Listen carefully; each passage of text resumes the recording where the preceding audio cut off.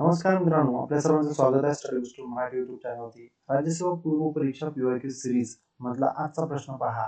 हा 2019 ला प्रश्न पडलेला आहे आणि प्रश्न काय आहे, खालीलपैकी कोणती बाब जुळत नाही. जुळत नाही म्हणजे चुकीचे विधान कोणते आहे ते ओळखा म्हटलेलं आहे. त्याचं उत्तर जे आहे ते पहिलंच आहे. 11 डिसेंबर रोजी 11 डिसेंबर 1946 ला पंडित जवाहरलाल नेहरू यांनी संविधान सभेत उद्दिष्टाचा ठराव मांडला. तर हे विधान चूक आहे, कारण का 11 डिसेंबर रोजी मांडला नाही, तर 13 डिसेंबर रोजी हा उद्दिष्टाचा ठराव जो आहे तो मांडला होता.